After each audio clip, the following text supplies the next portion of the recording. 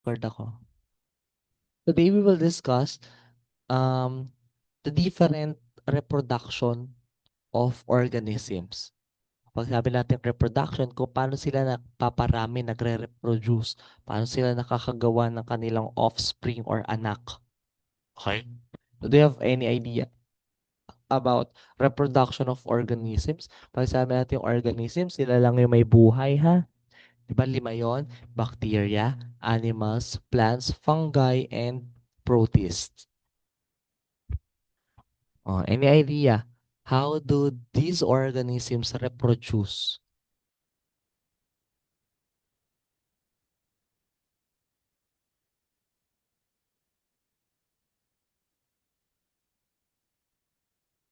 Mm.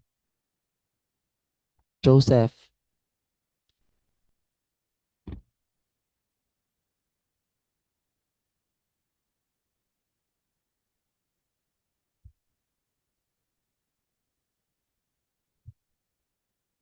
paano Sila sila nagpaparami? Wait lang nag instruct ako sa Joshua. bisexual and asexual Okay, very good. reproduction po. Very good. True or by sexual and asexual reproduction. So, dalawa lang yun.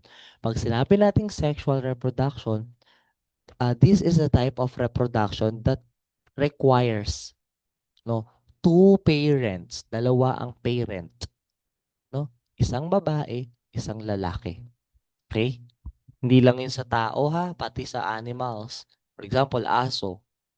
Wala naman nag-reproduce ng dalawang lalaki, dalawang babaeng aso, no? So dalawa lagi pag sexual. Kapag asexual, kahit isa lang, no? Isa lang actually. Isa lang makakapagparami na sila, no? Today, we will only discuss sexual reproduction. Sexual muna tayo ha, kasi mahaba. Kasi mahaba ang ating asexual. Okay? So here are the learning objectives for today. Describe sexual reproduction at i-differentiate natin siya sa asexual no later on sa week na to no. Then demonstrate the knowledge on the parts of a flower. Oh, so 'di ba yung mga flowers no, sila ang parte ng plants na nagre-reproduce. Okay? Next, and appreciate the importance of sexual reproduction. Bakit ba mahalaga ang sexual reproduction? Okay? So, di-discuss natin yan today. So, let's have VTR muna. Wait lang, instruct ko lang si Soriano.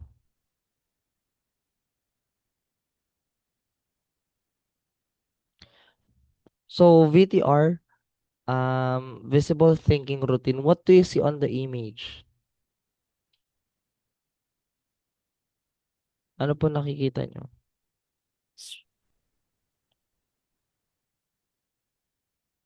Sperm cells po. Yes, publiko. Sperm cells po, sir. Okay, very good. Yung sperm cell entering, di mo, papasok na siya, no? Entering the egg cell. Very good. What do you think is going on? Ano sa tingin nyo nangyayari pag pumasok yung sperm cell sa egg cell? Yes, Magkakaroon, Tapang. sir. Rinig po Yeah. ba ako? Yes. Ano po? Ano po, magkakaroon po sila ng offspring kapag yung sperm cell is pumasok sa egg cell ng babae po. Okay, very good, no? Magkakaroon ng very good term. Tama yung term na ginamit. Offspring. No, hindi baby. E paano kung sperm cell at egg cell ng aso? E di tuta yun, di ba? So, dapat offspring. And what does it make you wonder? Sa tingin nyo, no? What, sorry naharangan. What makes an offspring different from its parent on sexual reproduction sa asexual reproduction? Ano pinagkaiba ng magiging anak ng sexual reproduction sa magiging anak ng asexual reproduction? O again, kapag sexual, may parent dalawa. Pag asexual, isa lang. O sa tingin nyo, what will be the difference between the offspring ng sexual and asexual? Yes, De Guzman. Kapag po sexual, pwede po maging mix yung genes po ng magiging Okay. offspring po nila. Kapag asexual po naman, kung sino lang po yung parent na kumbaga magpo-product po. Sa kanyang Okay. genes lang po yung makukuha. Very good. Exactly, no? Pag asexual, para siyang clone. Ba? Dinoble mo lang, ni-replicate mo lang siya. Kung ano itsura niya, kung anong size niya, ganun siya. No? Unlike sa sexual reproduction, pwedeng makuha yung genes ng tatay, pwedeng makuha yung genes ng nanay. No? Pwede pa ngang lumabas yung genes ng mga lolo, ng mga lola. No? Pwede yung mangyari. No? Unlike sa asexual, kung ano ang itsura ng parent, yun lang ang itsura niya. Okay, very good. Very good, De Guzman. So, to formally discuss, ano ba ang sexual reproduction? Pag sinabi natin sexual reproduction, it involves the union of gametes. Okay? Ano ba yung gametes? Okay? Pag sinabi natin gametes, sulat ko ha, gametes. They are the sex cells. Ano ba yung sex cells? Dalawa lang yon, sperm and egg. Okay? Sa buong katawan kasi, hindi lang ng tao ha, pati ng mga animals, no? Pati ng animals, sa atin muna, ang example ay tao. Example lang. Hindi lang tao, pero example lang. Yung iba rin, aso, pusa, lion, tiger, no? Ganito rin yung sa kanila. Okay? Sa tao, example, dalawa ang types ng, pag mag-chat kayo, paki-everyone, wag direct message, paki-everyone. Ang types ng cell ay dalawa. Somatic cells. Pag sabi natin somatic cells, ito yung mga cells in your body.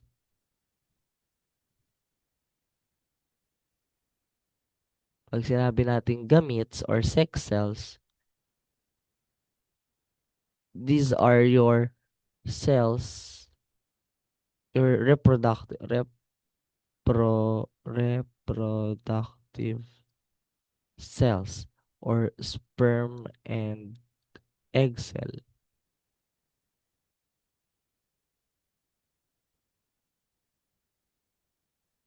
Sperm and ay, sperm and egg cell, and they are haploid. Okay? Ayan po, nasa chat box. Pag sabi nating types of cell, dalawa yan. Somatic cells and sex cells. Ano ba yung somatic cells? Lahat ng cells sa katawan mo. Yung cell ng liver mo, yung cell ng kidney mo, yung cell ng utak mo, yung cell ng balat mo, yung cell ng lungs mo, yung cell ng muscles mo, lahat ng cells sa katawan. Ang tawag doon ay somatic cells. And they are diploid. Pag sinabi nating diploid, meron siyang characteristics ng nanay mo, meron siyang characteristics ng tatay mo. Kaya di, yung start, di ba, di, kasi dalawa. Okay? Sa nanay at sa tatay. Okay? Pag ganun po, pag sabing diploid, ang chromosome sa tao ha, sa tao. Ang chromosomes niya, pag diploid, ay 46 chromosomes. Chromosomes. Okay? Pag diploid, again, 46 chromosomes. Yung, yung kalahati sa nanay, yung kalahati galing sa tatay. Naintindihan po? So, lahat ng cells mo, kunyari, cells mo sa balat, yung isang cell mo, merong 46 chromosomes sa loob niyan. Lahat ng cells mo sa balat, tig 46 sila. Yung cells mo sa lungs, yung cells mo sa kidney, yung cells mo sa neurons, sa brain, no? Lahat sila tig 46. Okay? Yung sex cells naman, yung gametes, okay, they are haploid. Pag sabi natin haploid, kalahati. So, ilan ang chromosomes ng mga sex cells? Ilan ang chromosomes ng haploid cells? Hello? Chat box. Ilan ang magiging chromosomes nila? Very good. 23 chromosomes. Kasi di-divide mo sa 2, di ba? For example, sperm cell. Ilan ang chromosomes ng sperm cell sa loob? 23, very good. Tapos yung egg cell, 23 din, no? Then, di ba, nagkaroon na ng sexual intercourse, magsa-sexual reproduction na. Si egg cell, si sperm cell nagsama. Okay? Pag nagsama sila, ang tawag doon, fertilization. Ayun, no? The union. Union, pagsasama, ang tawag doon, fertilization. Okay? Ngayon, yung bawat gametes, sperm cell 23, egg cell 23, pag nagsama, nag-fertilize, 23 plus 23, ilan na siya? Very good. 46 na. No? Kaya pag nagsama sila, ay na, it will form a diploid fertilized egg. Pag nagsama na sila, ang tawag na doon ay zygote. Okay? Magsa-cell division na yan. Ay yung sinabi ko nung nakaraan sa inyo. Pamahati na sila sa 'di ba isa lang yon. Cell, egg cell, sperm cell, pumasok sa egg cell, si sperm cell, isa pa rin yun. Mas malaki kasi si egg cell. Then magiging 2, magiging 4, magiging 8, magiging 16, no? Ganun po siya. So pag ganun na, eventually magiging zygote. Yung zygote, pag mas marami ng cells, magiging fetus na siya. Okay? So, ganun po ang sexual reproduction. Again, union, pagsasama ng gametes. Ano nga ulit yung gametes? Yun yung sex cells, no? Sperm and egg. Wala na pong iba. Okay? Gametes are both haploid. 23 sa sperm, another 23 sa egg, no? Pag nagsama, nag-unite, yung union, no? Ang tawag doon, fertilization. Pag nag-fertilize na 46 ay 23 ng sperm cell, 23 ng chromosome ng sperm cell pumasok sa 23 ng chromosome ng egg cell. So magiging ilan? Magiging 46. At yung zygote na yon ay diploid na. Okay? Naintindihan po? Diploid na sila. Thumbs up kung naintindihan. Oh, pag sexual, laging emphasize sa may babae at may lalaki. Ano yung babae doon? Yung nagpo-produce ng egg cell. Ang lalaki ay yung nagpo-produce ng sperm cell. So, sexual reproduction in plants, okay? Yung mga halaman, hindi lang po, sperm cell at egg cell ang, sa mga hayop, no? Sperm cell and egg cell, yung kanilang gametes, no? Sa mga halaman naman po, iba. Okay? Iba yung gametes nila. Okay? Plants can reproduce either sexually or asexually.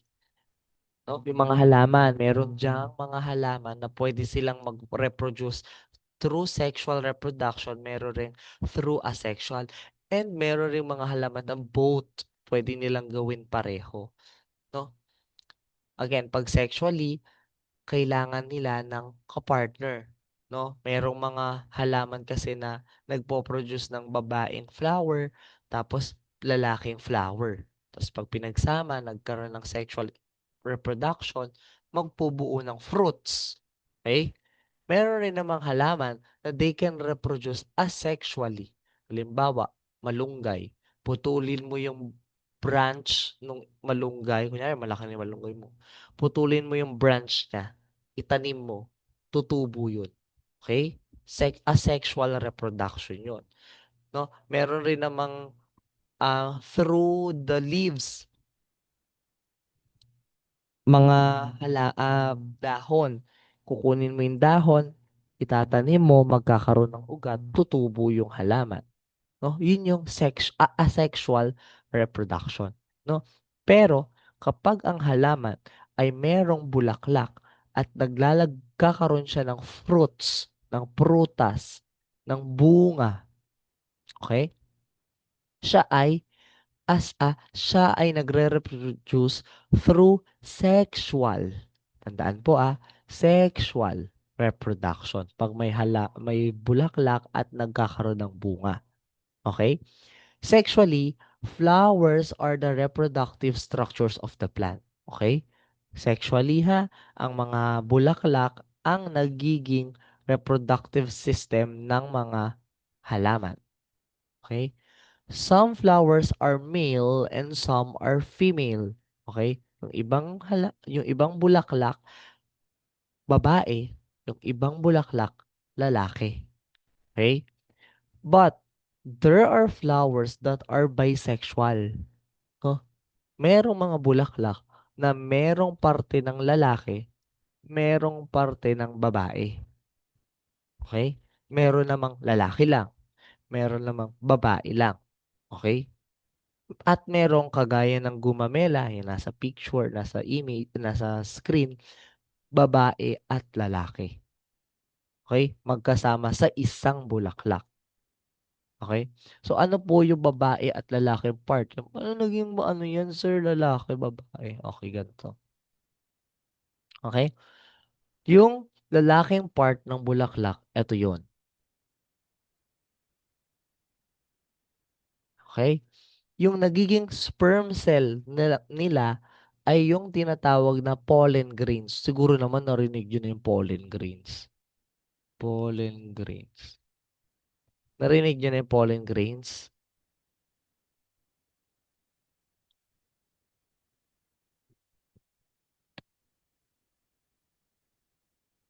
Narinig na, okay. Yung pollen grain, siya yung sperm cell ng mga plants, okay? Yung egg cell naman ng mga plants, yung ovary. Okay, sige, mag-share ako ng screen na nagpapakita ng sperm cell ay ng female and male flower.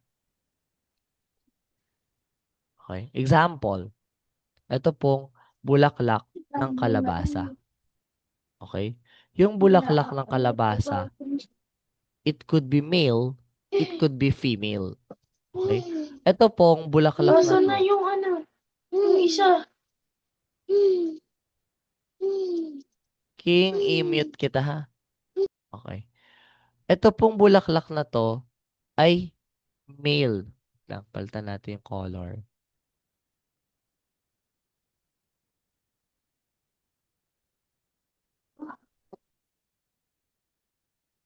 Okay? Ito pong bulaklak na to ay lalaki. Male.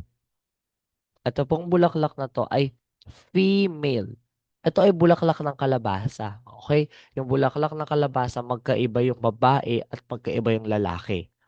No, hindi kagaya ng sa tawag dito, hindi kagaya ng sa gumamela, isang bulaklak may babae at may lalaki na, no? Paano natin nasabi na babae at lalaki to? Okay? Yung babae dito, eto, 'di ba? Meron siyang ovary. Ito, malaki yung bilog niya. Nandiyan yun yung parang egg cell nila, no? Sa mga plants, egg cell nila yung ovary. Sa lalaki, pansinin niyo maliit, no? Kasi hindi yan yung mag-a-activate sa kanila, no? Okay? Yung mga bulaklak ng kalabasa na male, okay, lalaki, mapapansin mo, mas maliit siya, no? Tapos, mas pahaba. Okay? Ang ginagawa diyan, pinuputol tong petals. Pinubudot, pinupunit. Sa loob niyan, babalik ko na, yung sa screen. Okay? Sa loob niya, merong ganito. Annotate natin. Sa loob niyan, ganito. Yan. Pero, Yung dulo, hindi ganyan. Yung dulo niya, ganito.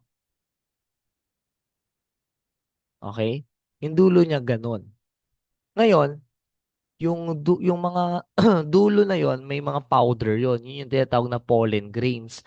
Yun yung parang sperm cell ng mga flower. Ngayon, ididikit yun. Kailangang mapunta ng mga sperm cell na yon, yung mga pollen grains na yon, sa ganito ng babaeng kalabasa. Ay, sorry. Okay? Ito mismo. Ayan, kung ano yung nakikita nyo. Ayan. Yung babaeng kalabasa, pag binuksan mo yung kanyang petals, ganito yung itsura. Wala tong mga dilaw-dilaw. Wala yung mga yan. Wala yung mga yan. Isipin nyo, wala yan. Okay? Ganun po yung itsura ng loob.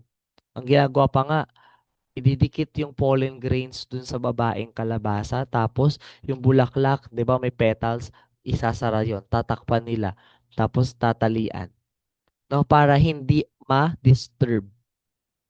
Para maging maganda yung magiging bunga ng kalabasa. Okay? So, ayun na. Pinagsama mo na, no? Ma-fertilize na, no? Yung pollen grains, yung pollen grains ng lalaking kalabasa, mapupunta sa stigma ng babaeng kalabasa. Then magta-travel yan mula sa stigma papunta dito hanggang makapunta ng ovary. Okay? Yung ovary, pag na-fertilize na, nalagyan na ng pollen grains sa loob, okay? Magiging bunga na siya, magiging fruits na siya. Okay? Note ha, note. Etong stigma niya, malagkit yan, sticky. Ibig sabihin, yung powder ng pollen grains, pag napunta dyan, mahirap na siyang tanggalin kasi madikit. No? Parang may glue yung stigma para mabilis kumapit yung pollen grains. Naintindihan po ang parts ng flower, reproductive ng flower. Thumbs up ko na intindihan. Okay, very good. So here are the different parts of the flower. No, merong female part, merong male part of. For example, sa gumamela, 'di ba yung gumamela bisexual siya? Sa isang flower niya, nandun na yung lalaki at babaeng part. Unlike sa pumpkin, bukod yung flower ng lalaki, bukod yung flower ng babae, no? So ito po yung example ng parts of the flower. Yung babaeng part ng flower, ang tawag sa kanya pistil or carpel. Okay? Yung pistil or yung carpel na babaeng part ng bulaklak, merong tatlong parts. Okay? It could be stigma, style, and ovary. Okay? Stigma, ito yung nasa tuktok, yung malagkit. No? Doon dumidikit yung pollen grains. Yung style, it connects the stigma and the ovary. Diyan po dumadaan si pollen grains kapag nakapasok na siya sa stigma. Ayun o, may, di ba may line sa likit na papasok siya doon, even fertilize siya si ovary. Okay?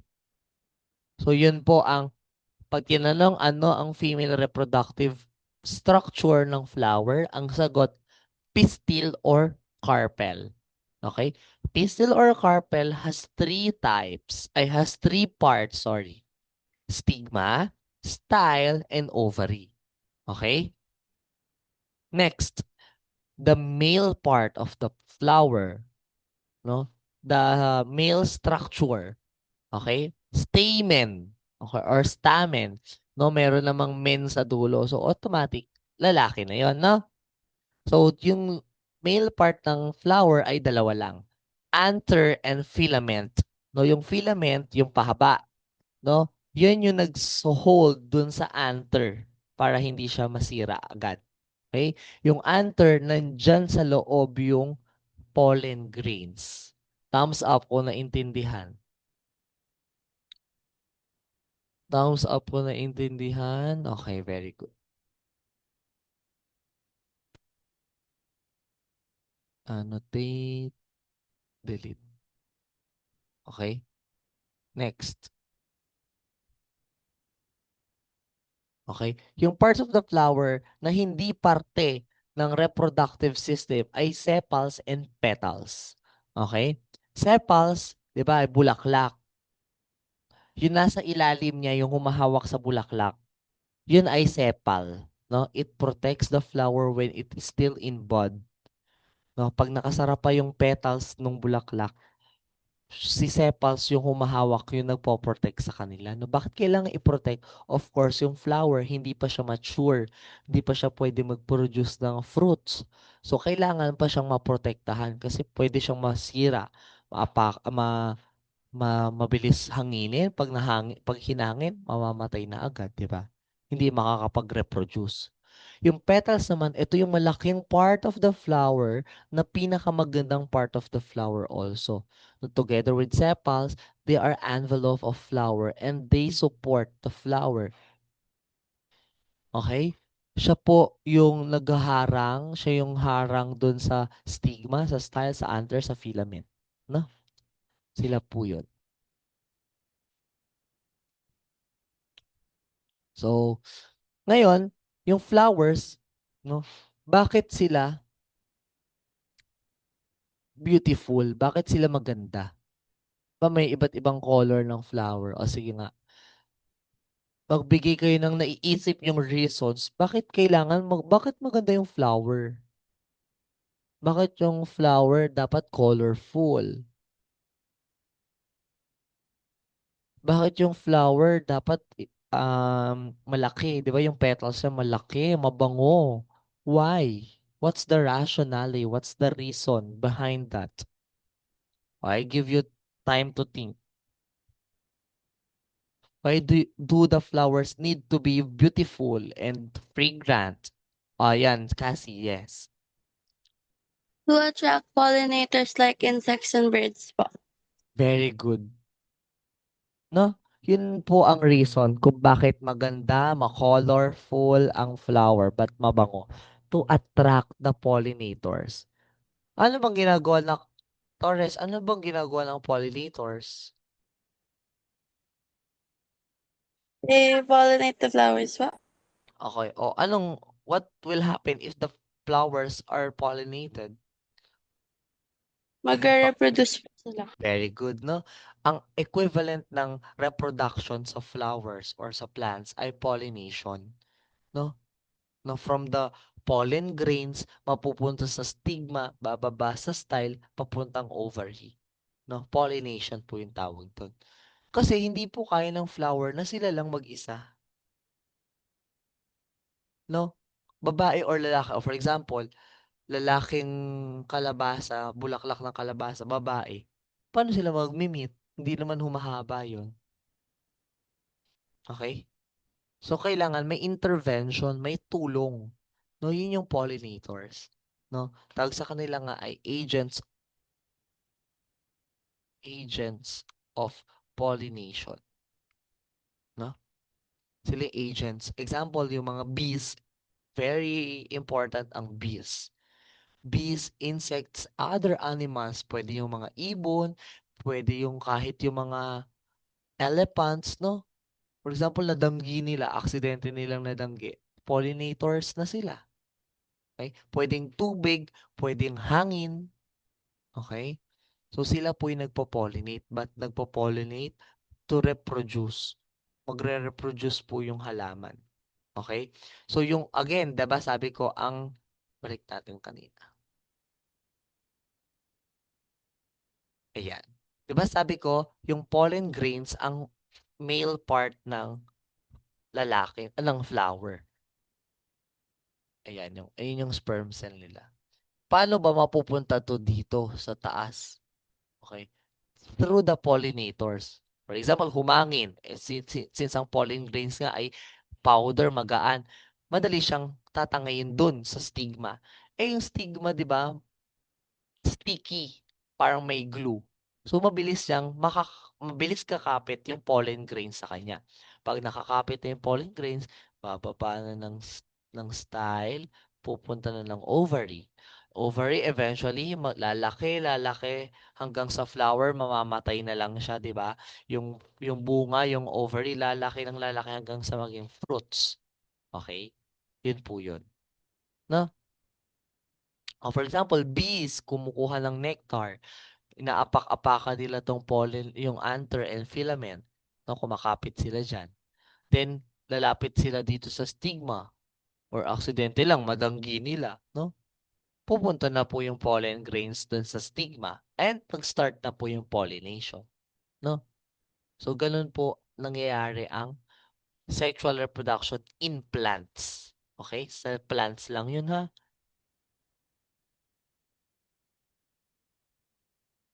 Okay? So ang pinagkaiba nila, no, sexual and asexual, pag sexual dapat dalawa ang parents, no? May male and female. Ngayon, why do you think reproduction is important? Bakit kailangan mag-reproduce? O for example, ng animals, ba't kailangan nilang mag-reproduce? Yung plants, bakit kailangan nilang mag-reproduce? Ba't kailangan nila magparami? Trip lang nila? Why? Yes, Tapang. Sir, para po mapatuloy yung bloodline po nila o para po magkaroon ng anak dahil parang gusto po nila. Okay. Flower, gusto nila? Meron ba silang cognitive thinking? May rational thinking ba sila? Hindi nila gusto, no?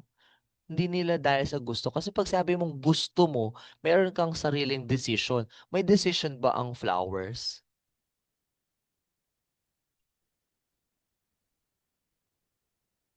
Tapang, may decision ba ang flowers? Na hindi nila tayo kagaya, no? Very good yung sinabi mo. Kasi kailangan, yun po yung tama ha, hindi gusto. Kailangan nilang mag-reproduce. Hindi dahil gusto nila. O yung halaman, wala naman silang utak, 'di ba? Hindi gusto ay sabi nung halaman, ay gusto ko mag-reproduce. Walang ganoon. Kasi wala silang utak, no? Tama yung sabi mo, kailangan nilang mag-reproduce. Bakit nila kailangan mag-reproduce? Tama rin yung sinabi mo, para hindi sila maubos, ma-extinct, no? Gusto nilang kailangan nilang magparami kasi para hindi sila maubos. 'Pag naubos sila, edi wala na tayong makikitang gano'n sa mundo. At 'pag nangyari 'yon, siyempre nandiyan sila sa ecosystem, meron silang role, may niche silang tinatawag. Okay, ang 'pag sabing role sa biology, niche ang tawag. Meron silang purpose ba't sila nandiyan. Halimbawa, tigers, 'no? Hindi naman sila nandiyan lang para kumain ng kumain, 'no? Okay? Tigers, they are controllers of the prey. Oh, example. Another example. Palaka tsaka dito, lamok. Okay? Palaka tsaka lamok. Kapag hindi or kapag naubos ang palaka, what will happen?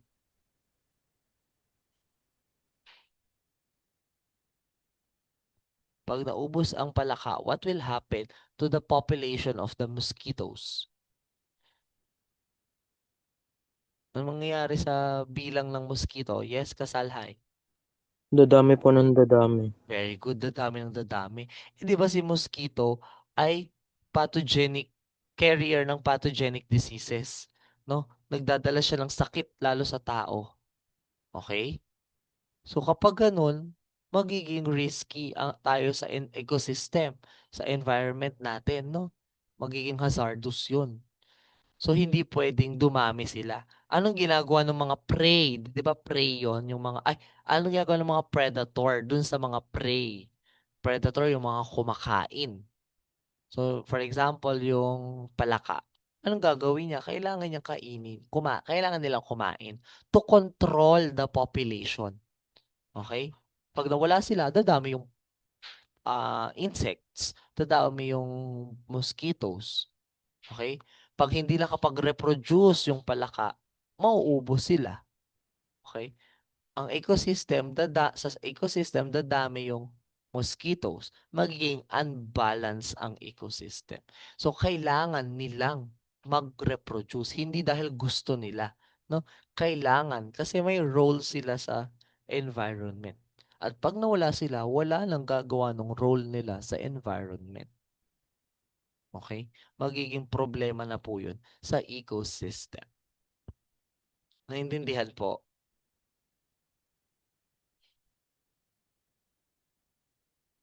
So like organism has a role. Yes. Parang ano natin, parte ng katawan natin. Lahat ng parte natin may role sa ating katawan. No, hindi sila nandyan lang. Kunyari, malaki yung ilong mo, or bakit yung iba maliit yung ilong, o kaya bakit yung iba mahaba yung legs. Okay? Yung iba maliit, yung iba kulot, no, merong yung niche. I-search nyo sa internet, bakit kulot yung mga tao? Anong purpose meron yan? Okay? Niche ang tawag ha, pag role ng organism sa ecosystem. So lahat yan merong role sila. May ginagampanan silang role. For example, yung halaman. No, ano ginagampanan nilang role? Importante. They give oxygen. No, they photosynthesize to produce foods that we eat. Hindi lang tayong tao. Again, sa biology, hindi tayo ang bida. Hindi tao lang ang pinag-uusapan. No? Sa biology, kasama yung mga animals. No? Yung animals rin naman, kumakain sila ng plants, di ba? So, ang plants, hindi lang sila gumagawa ng food para sa tao, para sa lahat ng organisms. Pati mga bacteria. Okay? A question po. Question. Again, pinagkaiba ng sexual asexual. Pag sexual, may gametes. Ano po yung gametes? Sperm cell and egg cell. Okay? Pag asexual, they don't need to reproduce using a partner. No? They can reproduce by their own or on their own. Pag yung asexual, they need a partner to reproduce. Okay? Dapat different sex. No, kung babae ka, kailangan mo ng lalaki para magparami. Kung lalaki ka, kailangan mo ng babae para magparami. Hindi pwedeng lalaki-lalaki, babae-babae. Walang mare-reproduce. Naintindihan po ang sexual reproduction? Thumbs up po na intindihan. Okay, very good. So I will stop recording tomorrow.